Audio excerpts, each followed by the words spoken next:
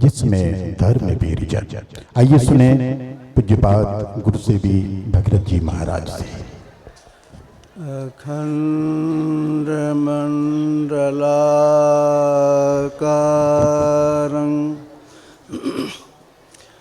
व्याप्तं येन चराचरं तत्पदं दर्शितं तस्मै श्री गुरुवे नमः। नमो नमो सतगुरु नमो जासमको नुआन परम पुरुष होते अधिक गावे संत सुजान। धन्य धन्य सतगुरु सुखदा महिमा कही न जाय। जो कछु कहो तुम्हारी कृपा मोते कछु न बसा।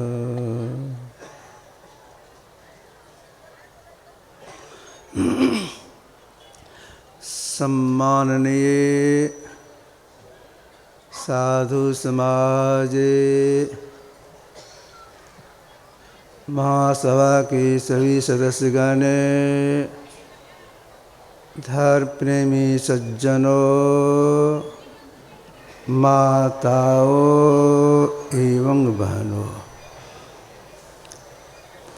आप लोग बहुत देर से बैठे हैं, मन भी उकता गया होगा, फिर भी थोड़ी देर और धैर्य धारण कीजिए। अभी हम लोग गुरुदेव का जो संस्मरण सुन रहे थे, तो महर्षि मेह की दिनचर्या उपदेश में प्रकाशित है, उसमें गुरुदेव का आशीर्वाद भी है। उसको फिर से आप लोग पढ़ लीजिएगा। कुछ पाठांतर है, कहने में वो सुधार हो जाएगी। गुरुदेव अपना एक नियम बनाए थे, 12 बजे रात में टहलना। रोज टहलते 12 बजे, ठीक 12 बजे। टहलाने का मेरा ही था, तो 12 बजे टहलते थे, बरामदे पर ही टहलते थे, पैदल टहलते, व्हीलचेयर में नहीं। सहारा देने का मेरा ही था।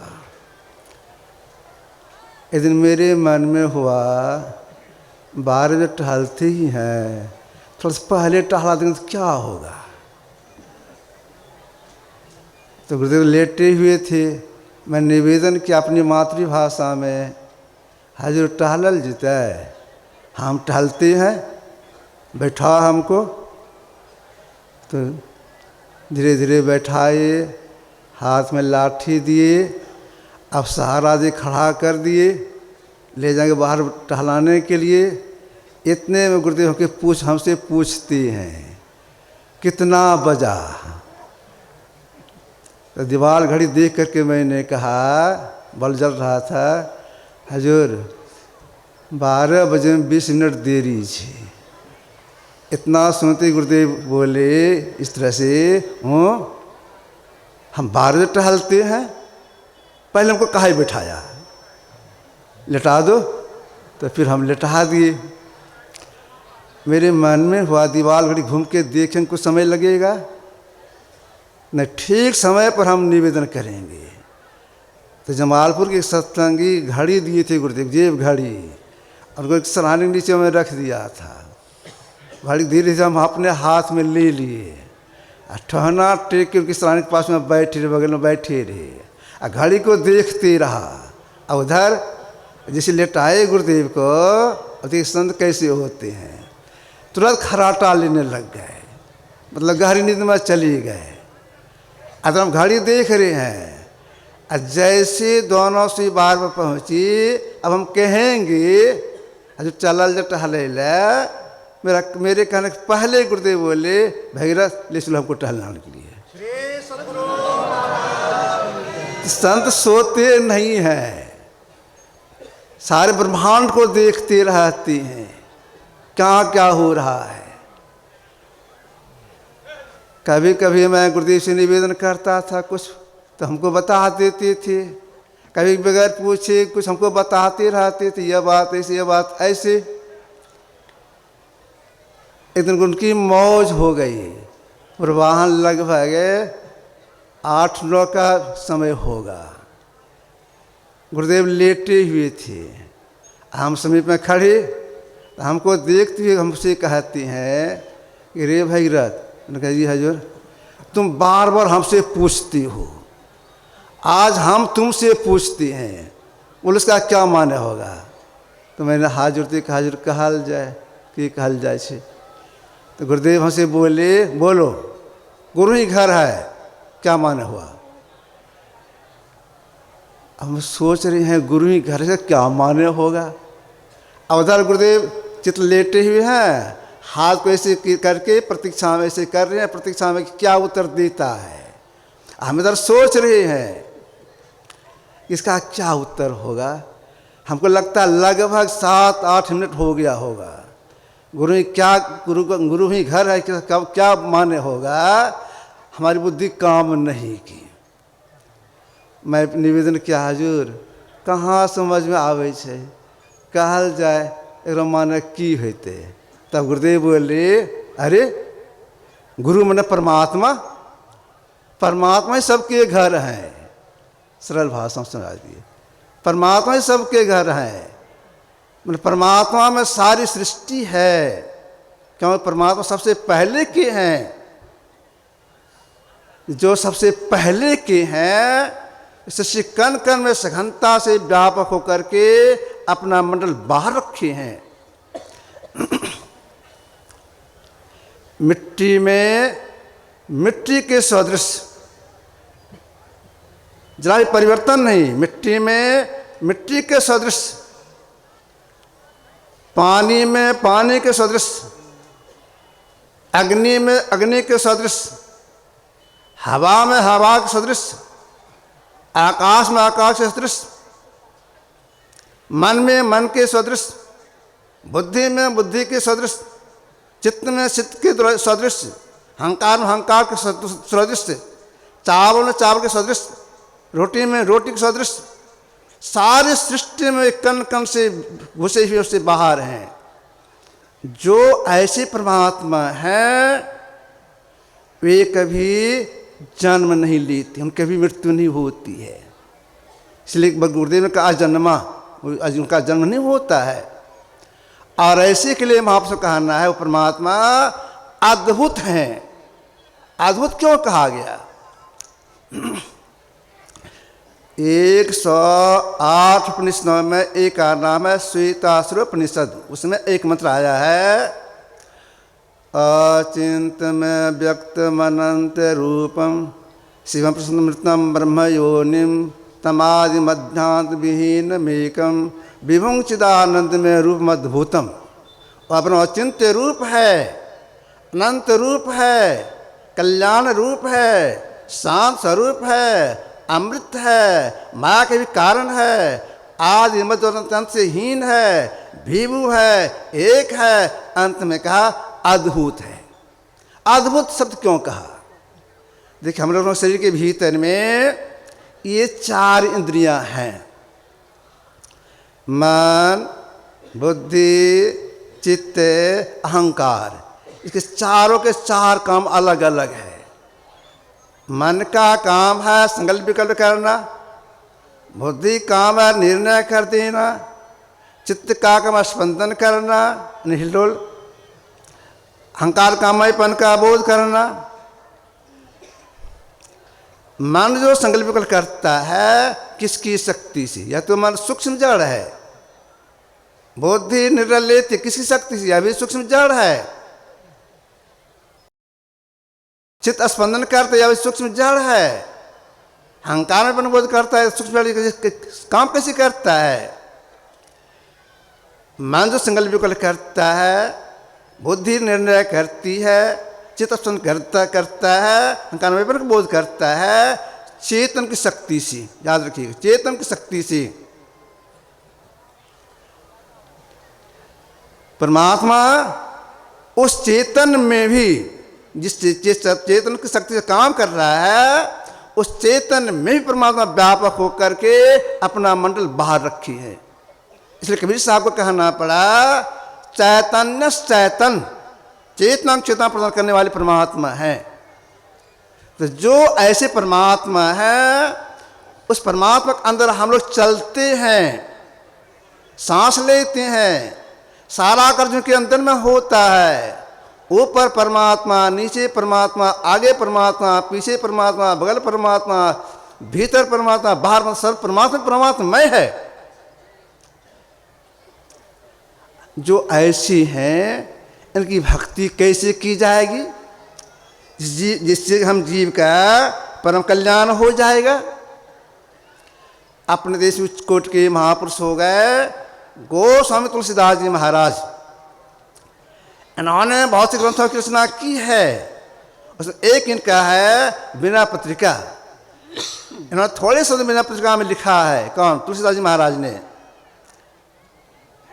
3 अवस्था तजहु भजहु भगवंते। कैसा भगवंत?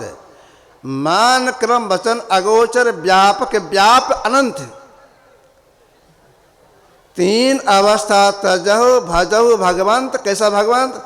मान क्रम वचन अगोचर व्यापक व्याप अनंत।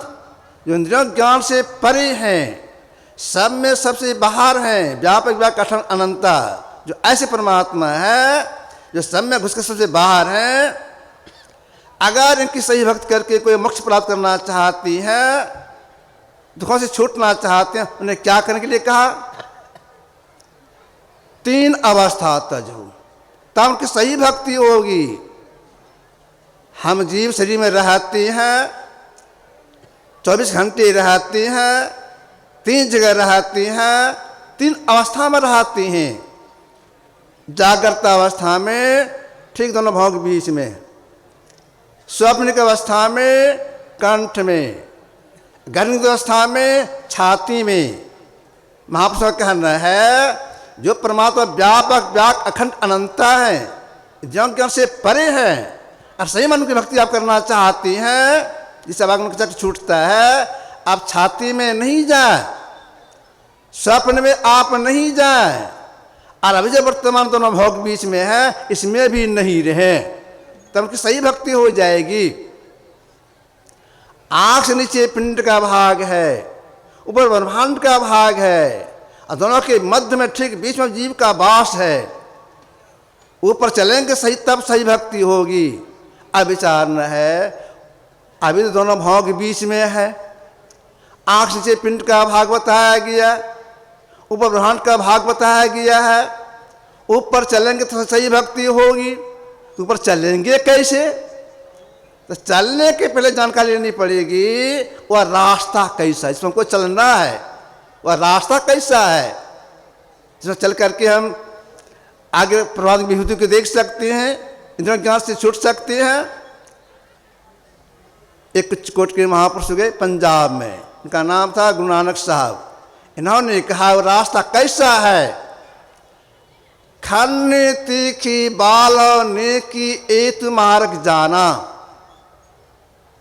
खन्ने तीखी तलवार की धार से वह महीन है, बाल के नोक तक झीना है, उसमें चलना है, उस महीन मार्ग को प्रवेश करना है, तो उनकी सही भक्ति हो जाएगी।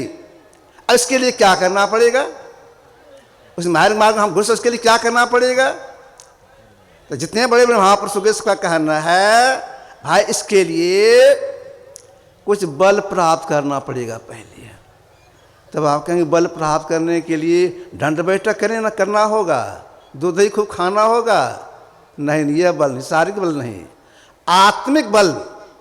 जिस बल को पा करके हम उस महेंद्र मार्ग में घुस वह क्रिया विशेष कर सकती हैं, सब महेंद्र मार्ग में घुस सकती हैं। आज बोल कैसे होगा?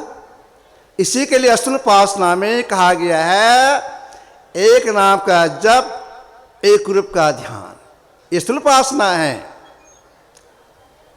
जब तक मोटे मोटे अक्षरों को नहीं लिख लेंगे, मैं लिख सकते नहीं आएगी।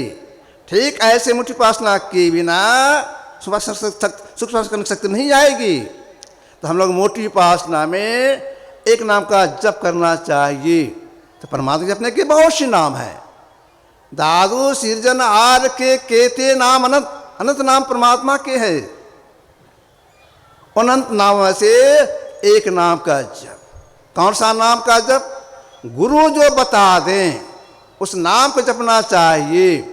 जपने के लिए 3 बोल बोल करके, धीमे स्वर से और मन ही मन को कहा गया मानस। जब सब राजा है, मन ही मन जब करना चाहिए। तब आप कहेंगे प्रयास तो हम करते हैं कि जब हमारा हो, लेकिन मन भाग जाता है। देखिए सबका मन भागता है, सब काहू को होत है तन मन पसरे जा, सबका मन भागता है। अब विचारना क्यों भागता है? बिना कारण का कार्य नहीं होता है, कारण जरूर कुछ है। क्या कारण इसमें है? कारण यह है हम जीव सृष्टि काल से अनेक प्रकार के शरीरों को धारण करते छोड़ते आ रही हैं। मान लीजिए कर्मानुसार सांप जोनी में गए हों, जो सृष्टि में आए, तो परमात्मा ओर से ये 4 साथ में लगा दी गई। मन, बुद्धि, चित्त, अहंकार। रसोई के वचन में है हे मनवा तो सदा के संगी, सदा का संगी कहा गया। 4 भीतर इंद्रियों को सदा का संगी कहा गया है। कर्मानुसार सांप जोन में गए हों, उसमें जो हम कर्म किए हैं संस्कार हमारे मन पर पड़ा हुआ है। कर्मानुसार सिंह जोनी में गए हों, उसमें जो हम इसका काम किए हैं संस्कार मन पड़ा हुआ है। कर्मानुसार बंदर जोनी में गए हों, वह संस्कार मेरे मन पर पड़ा हुआ है। यही कारण मन जब छोड़ करके भागता है। तब करना क्या चाहिए? पुरुषार्थ करना चाहिए। गुरुदेव की यही आज्ञा है पुरुषार्थ करने की। कि इन्होंने क्या आज्ञा दी है? जहाँ जहाँ मन भागी जाता तहाँ से तत्क्षण फिर लगाइए ध्येय में आपन, ऐस के प्रतिहार धारण धर के, अनहारे में ही आरो आगे बढ़िए चढ़िए धर के। गुरुदेव की आज्ञा है जहाँ जहाँ मन भागी जाए, जहाँ मन जब कुछ भागे तत्क्षण उसी समय लौटा के जब लगा दीजिए, विलंब नहीं कीजिए। आप साधक को या साधिकाओं को, मोक्षार्थी को पुरुषार्थ करना पड़ता है। जैसे गुरु के पीछे पीछे शिष्य चलता है, वैसे ही पुरुषार्थ के पीछे पीछे भाग चलता है। तो हम लोगों को जप करने में पुरुषार्थ करना चाहिए। जैसे मन भाग लौटक जप लगा देना चाहिए, विलंब नहीं करना चाहिए। जो एक नाम का जप ठीक से करती हैं, जब हृदय शुद्धि होती है, तब मानस करने में सहूलियत हो जाती है। तो जब पहले कर लेना, इसके बाद और आगे बढ़ने के लिए और बल प्राप्त करने के लिए गुरु जिनका ध्यान करने के लिए बता दें, उनके रूप का ध्यान करना चाहिए। अगर इसमें संदेह हो जाए, समाधान करा लेना चाहिए। और ऐसा संदेह हो जाता है हम तो इनसे दीक्षा लिए हैं, इन्हीं का ध्यान करेंगे। नहीं, दीक्षा देने वाले जिनके ओर संकेत किए हैं उनका ध्यान करना चाहिए, उनकी दिशा देने का ध्यान करना चाहिए, समाधान करा लेना चाहिए। ध्यान करने में श्रद्धा कैसी होनी चाहिए?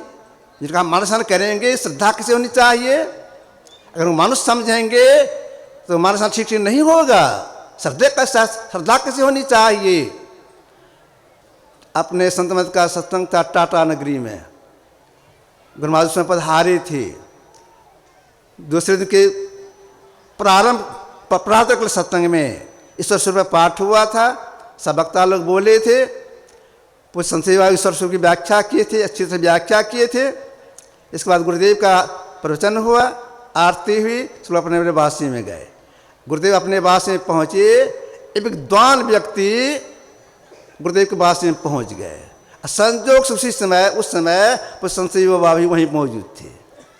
वे व्यक्ति गए, गुरुदेव को प्रणाम किए और कुछ संशय बाबा से प्रश्न कर दिए, पूछ दिए, अभी आपने जो ईश्वर स्वरूप की व्याख्या की है, वेद से उपनिषद से संतवाणी से पुष्टि किया है कि आपने ईश्वर को देखा है। अब गुरुदेव के सामने पूज्य बाबा है, अब पूछ रहा कि आपने ईश्वर को देखा है। तो उनके बोलने के पहले कुछ गुरुदेव बोले, स्वयं बोले, मैंने देखा है, अब गुरु रूप में देखा है। खुश हो गए। गुरु साहब करी जानिए रहिए सब समय, यह श्रद्धा होनी चाहिए। तो मानस वो कैसे होगा? गुरु परमात्मा का सगुण साकार रूप, परमात्मा सगुण साकार रूप है, तब श्रद्धा उत्पन्न होगी, उनका मानस ठीक ठीक होगा। जब पेशी करेंगे तो शुद्धि होगी, मानस सहायता मिल जाएगी, तब मानस होगा। तो मानस करने में भी एक निष्ठा चाहिए, मानस वो होता है। यही बात बाबा साहब गुरुदेव से पूछे थे, लाला तुझ मानस करते हो क्या वो हो गया? गुरुदेव बोले थे, नहीं हजूर, कोशिश करने पर धुंधला दिखाई पड़ता है। बाबा साहब बोले, लाला मैंने किया, हो निकाल लिया। तो मानस वो होता है। से आप लोग हमको देखते हैं, मैं आप लोग को देख रहा हूँ, वो मानस से होता है। और जो हो बहुत जैसे आईने में हम अपने चेहरे को देखते हैं, इस तरह वो मानस होता है। मैं गुरुदेव से निवेदन किया था कि हजूर कोई काम के शुरुआत हो दिवसिक पूर्णता हो करला पर दिवसिक प्रारंभ कहाँ से, शुरुआत कहाँ से हुई थी?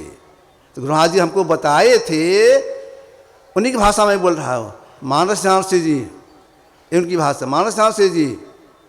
तो हो अगर मानस किन्हीं को हो जाएगा, जिस प्रारंभ यहीं से हो जाएगी।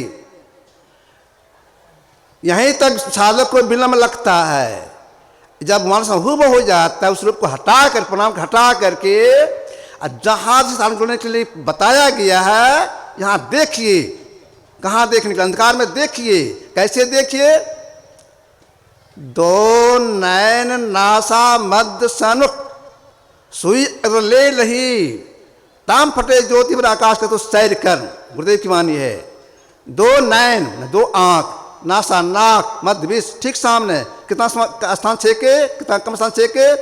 सुई का अगला नोक स्थान छेकते, जितना सुई का नोक स्थान छेकता है, उतना कम स्थान छेक के सामने देखने में। इस क्लास में जो देखते हैं, देखते देखते अपने आप के टकरात एक होती है। एक होती है, अंधकार में छेद हो जाता है, पीठ से ब्रह्मांड चढ़ाई हो जाती है, दिव्य से पूर्ण रूप से खुल जाती है। इतना हो जाने पर भी जो परमात्मा सब में है, सबका सबसे परे है, उनका दर्शन नहीं। गुरुदेव की वाणी में है जिसका नहीं रंग नहीं रूप रेखा, जिसे दिव्य दृष्टि उसे नहीं कोई देखा। दृष्टि को नहीं देख सकते हैं, दिव्य दृष्टि को माया देखने आती है। जो परमात्मा व्यापक अखंड अनंता, उनको देखने के लिए खोज रूह के नैना, कबीर सगवानी में आत्म शिव देखने आता है। अब से प्राप्त कैसे होता है? इसके लिए महापुरुषों ने कहा, नादानुसंधान कीजिए, नाद की खोज कीजिए। नाद से मतलब आदिनाद। किस नाद की खोज? किस सत्य की खोज? परा और अपरा जुगल प्रति बनने के पूर्व आदिनाद प्रकट हुआ है, जो जड़ प्रकृति चतुर्प्रति के बनने के पहले ही प्रकट हुआ है। जिसको महापुरुषों का स्फोट, उद्गीत, प्रणव ध्वनि, राम नाम, ओम, उल्टान आदि, इस सब की जब खोज हो जाएगी, जिस समय पकड़ा जाएगा, उसी समय भीतर की चार इंद्रियां चिताक संगी है, जीव का संग छोड़ देती है, तब जीव की आत्मा से खुलती है। उस अर्थ से जीव अपने अर्श पीव का दर्शन करता है। और आगे बढ़ने पर सास की समाप्ति परम पदम यह हो जाता है। यही है इस भक्ति ईश्वर का स्वरूप और ईश्वर की उसी प्राप्ति का साधन। समाज रूप में मैं आपकी सेवा की। अभी 11 बजने को है। श्री सद्गुरु महाराज की जय। और सज्जनों, अभी हम लोग पूज्य पाद स्वामी श्री